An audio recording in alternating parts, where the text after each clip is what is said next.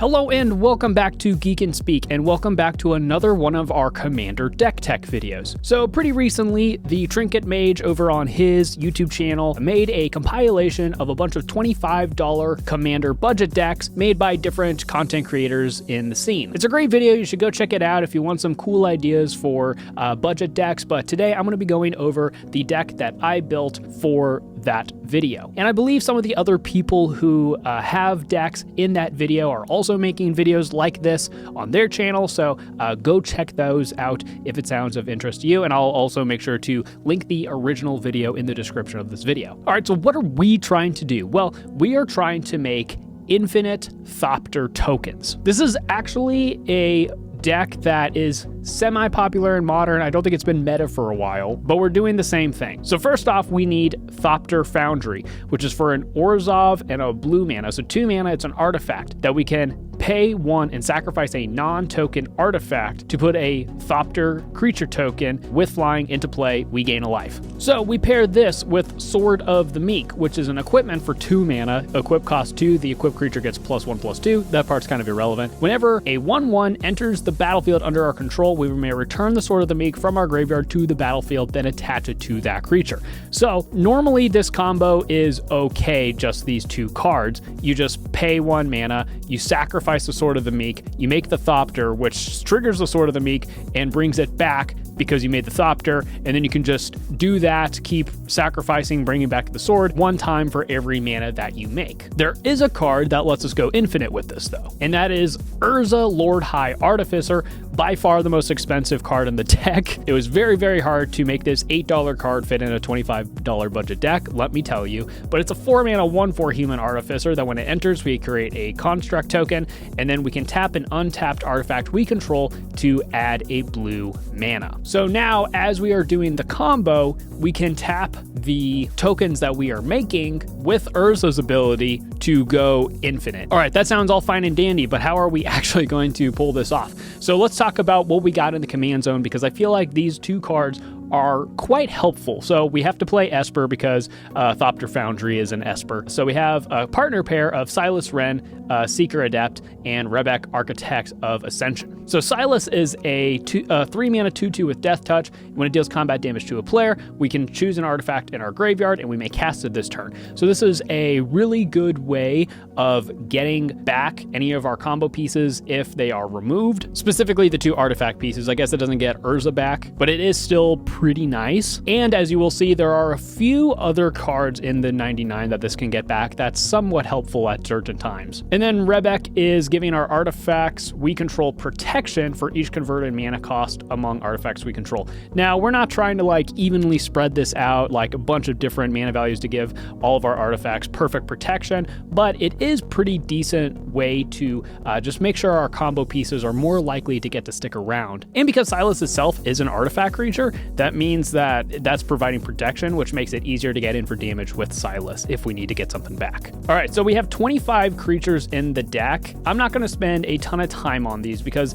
they're mostly doing the same kind of thing. We have a bunch of just small creatures that cantrip, enter the battlefield, draw a card, or something along those lines, or it's like we have like Callous Blood Mage and Ether Channeler, which one of the modes is draw a card but has other modes if we need something more important. Mentor of the Meek is most of our creatures in the deck are small, so Mentor of the Meek can draw us more cards. Mole Drifters, you get the idea. And then we also have cards that are just card selection, so we have like Omen Speaker, and then we also have Rumor Gatherer, so cards like this that are going to let us scry. And that's basically it. And then the backup plan of the deck is that if we can't assemble the combo for whatever reason, hopefully these little value durdles can push our way into victory somehow, which helps that a lot of them are evasive. A lot of them have flying or something of the sorts. Notably, we do have a couple artifact creatures. We have Sky Scanner, which is a 3 mana flyer that when it enters, we draw a card. And we also have Solemn, which lets us grab a basic, and when it dies, it draws a card. Those are artifact creatures, so we can grab them with Silas if they get removed or a board wipe happens or whatever and get more value out of them. We also have Tribute Mage, which is a 3 mana 2/2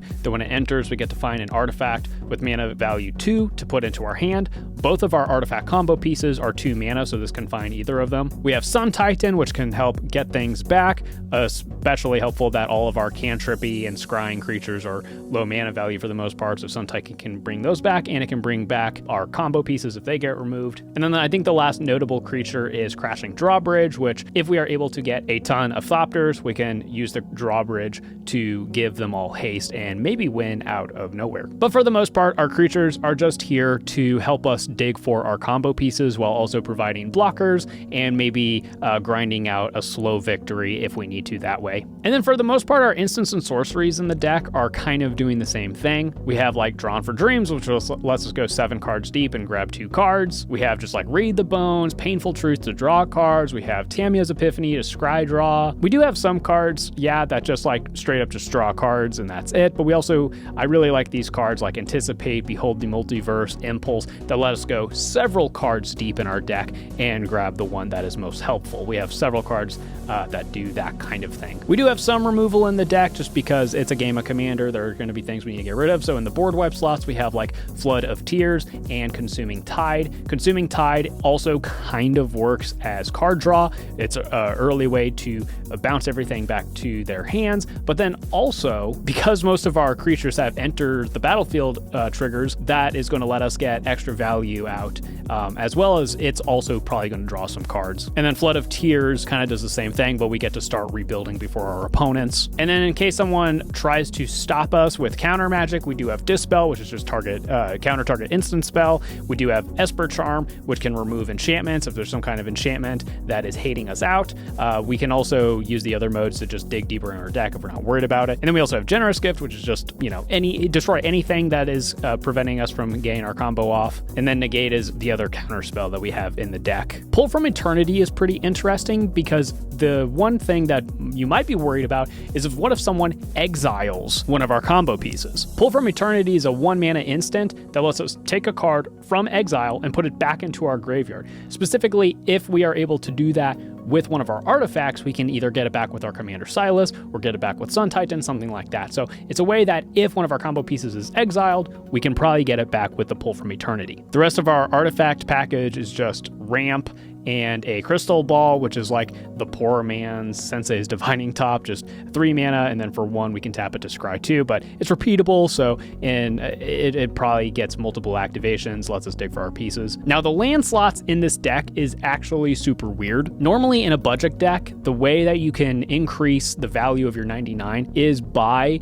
just playing a ton of basics. We are a 3-color deck, so that would be a little riskier, but we could probably do that.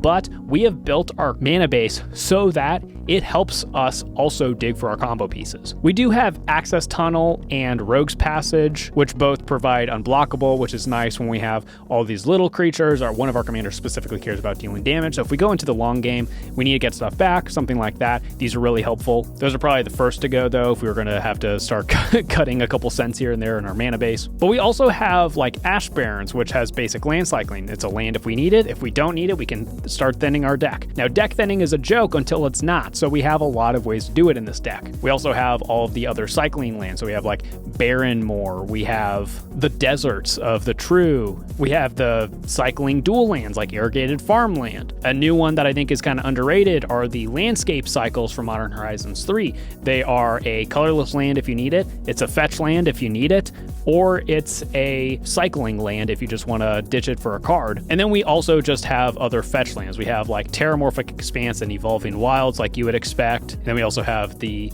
ones from Streets of New Capenna. The Obscura Storefront is the one in our colors here. Escape Tunnel is an interesting one. It's a fetch land, but also can let one of our smaller creatures get in for damage when we get into the later game. And then we have a bunch of lands that scry to help us find our combo pieces. We have Castle Vantress, which taps for a blue, or we can pay 4 mana to scry 2. We have Crystal Grotto, which it taps for colorless, or we can pay 1, tap it for any color, but when it enters, we scry 1. And then, of course, we are playing the Temple of Deceit, Temple of Enlightenment, and Temple of Silence as just dual lands, so a little bit of color fixing, but also lets us do a little bit of scrying and help us find our combo pieces. And then finally, in our land slots, we have the bounce lands. These are super important. I think bounce lands are just great anyways because they kind of guarantee your next land drop, even if your hand is looking a little sketchy. If you can't draw, if you don't have another land, it just guarantees your next land drop. So I think they're underrated. They kind of count as ramp, quote unquote, when you get later into the game. But because we have all of these lands that we can throw away, the bounce lands let us use those at different points. For example, if we have to play the Ash Baron, so we have the mana early game,